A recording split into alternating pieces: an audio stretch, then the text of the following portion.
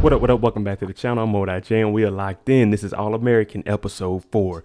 What do we know about All American? Everybody is going to mess with everybody, and it's never a happy moment. And if there is a happy moment in All American, it's just like that. It's over with. We know Layla's over here trying to get Coop. Hey, sign this contract. I own all your songs. Spencer, we've been working on him going to college, and he's on the fence on if he's going to go or not. But before we jump into this episode, shout out to the notification gang. If you're new to the channel and you want to be a part of it, hit your subscribe button, turn on your notification bell so you get something every time I upload. Hit that like button. It's the easiest thing you can do. Now, there's a lot of things going on. We got Coop. She ain't got no record deal. We got Preach out here trying to figure out what's going on. And his daughter wants to know, why did Coop get shot the same day my mom got killed? So this is going to be a tough one. So let's jump into it. This is All American episode 4. We start the episode off with Layla in the studio with her new artist. You got Coop in the back making that silly face looking. And this is because I told y'all in episode 1 and 2, Layla needs to move on from Coop. One thing we know about Coop is we can't depend on her for anything. Spence has been going through this for the first 3 seasons. Coop puts herself in BS situations and now we have to dig her out. Now, Coop is a little bit upset because Layla's trying out new artists on her beat and her song. But really, it's not her beat or her song. Layla paid for everything. You didn't read that contract. Why? Because you don't even have a GED. You didn't even finish school. So, of course, you weren't going to read the contract. Now, Coop is a little upset. She's saying you're acting just like your dad when he took the song from Patience. Well, technically, she didn't take anything from you and JP didn't take anything from Patience. He owns all of that. She owns all of this. And it's business, Coop. You got to do what's in the contract. You quit and never told anybody. So we got to move on because we got to recuperate all this money we put into this studio. Liv is at the house with Spence and she's practicing some interview questions because she has a job with the LA, I think she said LA Tribune online. And I'm like, okay, that's pretty big, especially for a high school student. When you get these internships and then you go into college, it's all going to look good on your resume. I actually applied for a job with the city out here, didn't get it. Oh, well, we on YouTube, but you got to keep it moving. But you still got to be able to answer these questions efficiently and articulate your answers. So she heads on out. Now, of course, Spencer is supposed to sign with Toledo State. He actually did sign. And the reason he signed is because Coach Dante came out and was recruiting Spencer, but he's no longer there. So the head coach from Toledo State, he is out here still, and Spence has to talk to him. But it sounds like he's hesitant to continue on with this opportunity. And it's like, Spencer, you already signed the dotted line. You know, you're gonna get into a lot of stuff trying to, hey, I rescind my signature. No. You signed that dotted line. You can't be on the wall. You go. What I tell you about All American? These kids are too depressed. They complain about everything. I don't remember high school being this tough. I'm talking about you guys go to Beverly Hills. You're living a good life. I went to a hood school. We almost lost our accreditation and I didn't have this many problems growing up. But Jordan is saying this all-star game is good because Coach Montez is going to be there and my dad's going to be the assistant coach. But I didn't get any D1 offers. And Jordan is talking about, man, I don't know what's going on. And Asher says, you know what's tougher than that? Not being able to play football again. Hey, quit bringing this up. You got to live with it and you got to move on. Now, Asher is saying, you deserve a D1 scholarship. Let me tell you guys something. You're probably not going to like it, but you don't deserve anything in life. You earn every single thing. Now, Jordan, he had a concussion. He had 2 actually, and he wasn't cleared, but he went out there and did it anyway. So schools aren't going to risk a scholarship on somebody that could be potentially hurt. We just got to move forward with it. It's time for the interview with the LA Tribune. And Liv, she gets there, she's doing everything. Dressed professionally, making eye contact, smiling, and articulating her answers. Now they ask, why should Liv come work with them? You know, what does she bring? What can she do? And usually when you answer these questions, you should always say you think outside the box, you'll be innovative, because they're a bigger company than you. They don't really need you, but they want to know what can you add to make them better. Now that usually stomps everybody. Now the interviewer, she's saying, I seen the piece that you did on the injustices. We seen you can do a big shocking report, but can you do something smaller? So this is low key a little task that she's given Liv. If she can come up with a, something spontaneous, entertaining, then hey, we might be able to hire you. Coop comes and talks to Patience. Now Patience is the voice of reason. We know Coop, she's running around, but now she got to come back because, hey, you're in the corner on your own. And what Patience is telling her is Layla's career is on the line. What JP did was take her lyrics because he owned it. Now in Coop's case, Layla was trying to work with her, but she just quit. So if you just quit, I'm going to take what I have and I'm going to put somebody else out there. And Coop, she just doesn't understand the business aspect of it. She thinks everything is going to be handed to her. Yeah, they may be your lyrics, but you don't own those lyrics. When you look at NBA players, yeah, they rich, but they don't own their own name. They can't be in a commercial with a jersey with their name on the back. No, it just be the number in their team color. It don't even say the team name on it. They don't own none of that. That's just in the contract. Spencer's in the gym working out. You got to get it in. Coach from Toledo State comes in, and Spencer's saying, you know what? It don't matter where you work out in. As long as you're getting a good sweat in, that's all that matters. You see some people working out outside, just pure body weight. You know what I'm saying? Just, hey, whatever I got is what I got. Now, Spencer's asking him, did you know when I signed the letter of intent that Dante was leaving? And the coach is like, yeah, I knew that. Spencer's wondering why you guys didn't tell me. Well, first of all, Spencer, this is above your pay grade. They don't have to tell you anything. You're a high school student. They don't have to run anything by you if they don't want to. This is their college. But the coach is telling them, look, we're replacing him with somebody good, and we're building the whole team around you, Spencer. You are our number one jewel. Now, Spencer, you already know how he's acting. He's like, like Spence. This is a full ride. Take it, brother. The coach from Toledo State comes and talks to Billy. He's like, oh, you working on that playbook for next season? I'm here to see that all-star game, see what Spencer's out there doing. I'm glad I signed one of them already. Now, what he comes and does is he makes a proposition to Billy. You know, there's a wide receiver coaching spot that opened up because Dante's gone, and I'd like you to have it. Now, Billy's saying, is this to keep Spencer committed? But what did I just tell you guys? It don't matter what Spencer wants to do. He signed that dotted line. He's intended here. Toledo State, they ain't got he can pull himself out of it, but it's going to be a lot of tie-ups because they're not going to want him to go to another school. He could potentially miss the first year. But he's telling Billy, you're one of the best high school coaches, and this is an opportunity to come up to the next stage. Now, Billy, he's listening to it, and he's like, well, let's not tell Spencer.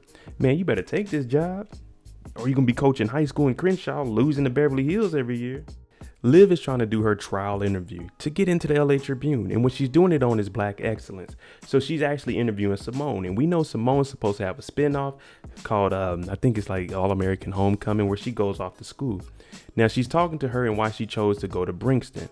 And Simone is saying, well, you know, it's a stigmatism on black people, especially like if you look at the Olympics, Simone Biles. And then she also mentions Tiger Woods on how people wait for you to mess up to tear you down. First of all, no one waited on Tiger Woods to fall down. Everyone loved Tiger Woods. Tiger Woods' downfall was Tiger Woods. No one else, Tiger Woods. But that's neither here nor there. So Liv, she's taking it because we know Simone can play some tennis and she's going to go out there. She's going to do amazing things. So we're going to cover that show. Now, she's talking about going to Brixton where she's allowed to make mistakes. We all make mistakes in life. She actually talks about how she hid her pregnancy from her tennis coach because she didn't want them to judge her for that. Now, we look at Liv and she's seeming a little down. And I'm like, what's wrong with her? This is what you wanted to do, who you wanted to interview. But then again, it's like, you did lie to my brother about that kid being his. I don't know why she chose her because I wouldn't have anything to do with Simone if she lied and told my brother, hey, Aunt, this kid's yours. I'm like, hey, man, that ain't my brother's kid. Billy and Spencer, they squashed a little beef. And now Spencer's asking Billy, when you were deciding to go to college, did you choose a school or a coach? And Billy's saying, I chose the school. Now, on the other hand, Spencer, he wants to go to Toledo State because he knows the eyes will be on him, primetime TV every week. But he likes to have a connection with the coach, and that's why he followed Billy to Beverly Hills. But ultimately, Billy's telling him, I can't make this decision for you. You have to decide on what's best for you. But also, we know in the back of Billy's mind, I might be accepting this job at Toledo State. So I might want Spencer to come to the school because of the coach, me. But I'm not telling them that I'm going out to the coach. Now, we seen Liv how she was reacting to Simone. I made a joke about her lying about her brother being the baby's father. So she decides to get Spencer. And I'm like, oh, you already know this isn't about to be a fun poppy interview. Now, he's talking about how he got a full ride and how he should be grateful that he got a D1 scholarship. And I'm like, hey, at this point, I would take that D1 scholarship. You can go into the transfer protocol after a year. Well, hell, now with the new rules, you could do it in the same year. But I would definitely take this opportunity, even if the coach that I wanted wasn't there. When I got accepted into a college back when I was in high school, it was a D1 AA. You know what I'm saying? I didn't have the money for it, but if I had a full ride, I'm gone. But Spencer's talking about, my bad. You asked me a happier question, and I'll be a little bit more happy. Because, Spencer, he's more reserved, and we don't really see an excited side of Spencer unless it's something big like football. Billy comes home and he's talking to Laura, and he's, the coach from Toledo State, he offered me a job. And she's like, wait, did we go live in Ohio? He's like, yeah. I look at it like this. College season really isn't that long. He can go up there and get him a little condo downtown or something, and then come back when the season's over with. I mean, hell, he hasn't been living at the house for the most part anyway. But Laura, she's really like kind of iffy on that, because we know that her job and everything is right here in L.A. and she doesn't really want to go up to Ohio. I mean, what successful person really wants to live in Ohio? Jordan comes home and he hears that his sister, for Black Excellence, she's interviewing Simone, his ex-wife, and Spencer. Now, we already know how Jordan feels. He thought Billy loved Spencer more than him. And he's like, why isn't no one treating me like I'm special? Like I'm good. These are privileged kids. I keep telling y'all, these kids on All American, especially these Beverly Hills children, they are all privileged and they think everything's supposed to just be handed to them. Liv is like, look, if it makes it feel better, the whole interview isn't really doing that good. It's like, Jordan, just chill, man. You got opportunities, bro. Everything doesn't have to be about you. He's like, Liv, I know I can be great, but no one else sees it. And she's saying, well, change the perspective of everything. If you want a different outcome in life, you got to look in the mirror and change what you're doing, because you can't change what anyone else thinks about you. All you can do is change you and their perspective. Hey, it's going to change. If you start doing better, then you get better outcome. But you got to put that work in. You can't just expect it to happen.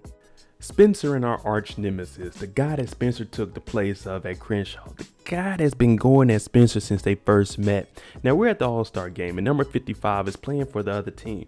And he's a 5-star recruit out of Texas playing linebacker. And he's a big boy. I'm talking about big. He wouldn't be playing linebacker. He'd probably be like DN at this size. But 14 talking about, man, you got a big head. Spencer has to protect him because they are both about to get punked. Spencer like, hey, man, you got to stop running your mouth. I know that's your thing. And he's like, well, he did have a big head. So at least their little friction that they have, they put it behind them. We got a game to play. We got to move forward. We're trying to get this dub.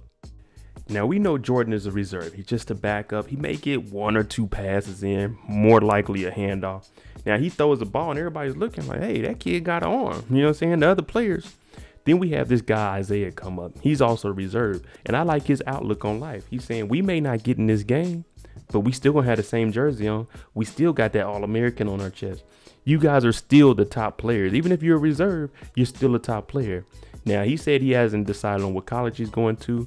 We know Jordan is going JUCO for a couple years and then trying to transfer to D1. But that's still a good route. And Isaiah, he seems like hey, I'm going to figure it out, but at least I made it this far. Asher and Coop, we've been seeing them talk and interact a little more, especially at the little party at the Baker house. But both of them, their story is the same. They were both doing something they love, and just instantly like that, it both came to an end. In Asher's case, it was football. Coop, it was rapping. Now, they both have a connection with Layla. Asher, he just hooked back up with Layla, and Coop and Layla, they kind of fell off. But Coop is giving him advice and saying you should go to that game. Regardless of what's going on, you should still go there. You have a love for it. You should do it, even if you aren't on that field. So if Coop would look in the mirror, like I said, with Spencer, you have to change the perspective with yourself. Go look in the mirror. Coop, if this is what you want, get back on it. You can't just give up. We got the 7-on-7 practice. 7-on-7 is, it's not full contact. You usually just do it in shorts. You got your shoulder pads and helmet on. You get out there and it just, 75%. But Cam comes out there and he lays 55 out. The big guy that was about to punk both of them. And now they get into an argument because 55 talking about, why are you here? You ain't no big time player. And what school are you even going to? Cam's like, at halftime tomorrow, you'll find out. They get into a shoving match. Blow that whistle, man. Y'all break this nonsense up. Jordan comes out there and he figures, hey, man, I'm just a reserve player. I ain't getting no time anyway. Hey, y'all, what are y'all doing out here? Y'all fighting over who's going to the best college? What? We got one practice. We've been in here 20 minutes. We supposed to be the best player. We supposed to be showcasing our talent, especially for those that haven't committed to a college. We all out here trying to eat. If you got a good college, why get hurt doing this nonsense before the practice and before the big game? Let's get this thing together. And you see Billy and Montez like, hey, Jordan's looking like a leader out there. Hey, it's the day of the game. We all got on our All-American jerseys. You know what I'm saying? We out here. Isaiah comes up like, hey, what's up, Jordan? He actually gets to meet Billy, and he says his older brother had Billy's jersey because he was in the NFL. He ain't got it no more. Now, Billy leaves. He like, hey, yo, okay, that was a good one. Now, Isaiah, I told you his perspective on life is good. He's open. You know what I'm saying? He's kind of like me. I try to look for the positive in every situation. He's like, look, you may have been living in your dad's shadow, but look what you did. You thought you were going to give up on football, but you made it this far. And like I said, if you want something, you got to go out there and get it. So what he's telling Jordan is, even though things are going to be hard for you, you got to push through it to get what you want. Now, the game is going on. Western team, they getting these touchdowns in. We doing good. You hear Liv narrating. She's talking about her interview, and she's saying you look at black athletes, they're praised when they're doing well, but of course, whenever they do bad, that's when all the criticism comes in on them, and it's really biased and one-sided. You don't see the white athletes getting the same kind of criticism that a black person would for their downfalls. Cam out here getting touchdowns. Spencer showing them love. They talking about, yeah, that's right, just like at home. Because, hey, we are at home. And, hey, what did I tell you guys in every show? You talk it out. 9 times out of 10, you can get past whatever issues you have with each other. Let's get this dub. Billy comes over and he talks to the Toledo State coach because he's supposed to give his answer on is he going to take this job or not. But he goes over there and he's saying, you know what? I'm deciding not to take it. Spencer needs to spread his wings and fly because you can't have Billy up under you. You know what I'm saying? You can't have Billy mentoring you forever. At some point, you're going to have to branch off and go do your own thing because you got to experience life on your own. And that's just the facts of life. Now, you can call back and get information from Billy. Hey, what should I do with this? But you can't be tagging along with him. You're going to have to experience things because he's not going to be able to protect you. When you keep going to these next levels, Billy's not going to always be there and be that crutch for you. Now it's halftime. We know Cam is supposed to announce what school he's going to. He gets up there. He thanks God, thanks his family, his friends, his teammates. And he has all these hats laid out here. But one thing we know about Cam is big time. Cam is going to showboat. So he picks up the hats, tries on. Oh, no, this don't fit right. He puts on the hat talking about stay tuned. So that means he either hasn't committed or he's trying to work something out with another college. And college players can get paid now. So, hey. You know what I'm saying? Let me get a sponsorship deal. Y'all bring me up here. I'll come play for you. Uh-oh. It's time for Jordan to get a little bit of playtime. Montez is like, Jordan, go ahead and get in there, Baker. And let me see who else hasn't got any. Isaiah, come in here. Well, actually, Jordan put in a good word for him. Talking about, hey, you deserve this. No. You earn this. What I tell you, you don't deserve anything in life. You have to earn it.